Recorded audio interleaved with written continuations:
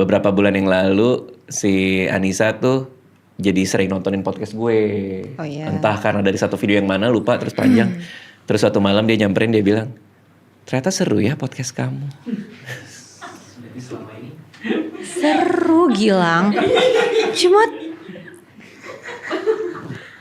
Tapi emang kamu awal nggak tertarik dengerin podcast aku ya? Maksudnya bukan, bukan. Nggak, maksudnya kayak podcast tuh bukan medium yang kamu suka konsumsi. Kan ada aja orang yang gue kalau mau nonton mending gue nonton drakor nonton apa. Karena aku emang jarang ngeliat kamu nonton podcast apapun.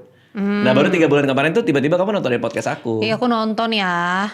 Apa?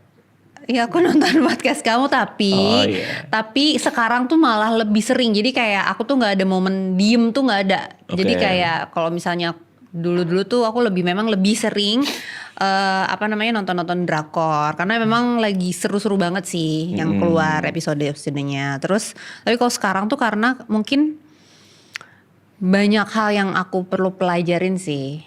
Oh. Karena kalau nonton drakor itu seru, tapi kayaknya waktu itu bisa dimanfaatkan lebih lagi mulai ngerasa kayaknya gue harus belajar sesuatu deh atau apa yang aku nggak tahu gitu loh. Oh, makanya Kayak kamu misalnya soal dokter atau apa, ngomongin soal otak yang kayak dan Seru sih. karena podcast kamu tuh di delivernya itu dengan bahasa yang aku awam tuh jadi lumayan tercerahkan gitu loh.